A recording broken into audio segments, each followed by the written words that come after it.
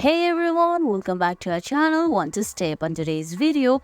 I'm going to show you how to add a watermark on Canva. It's very quick and easy, so let's get started.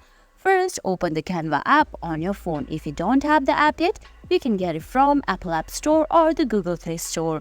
Once you do that, sign in, and now on the bottom of your screen you can see a small plus sign.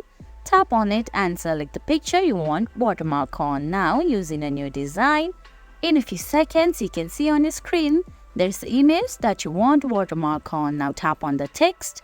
Now select heading and type in your watermark. Now you have to find transparency on the bottom of your screen.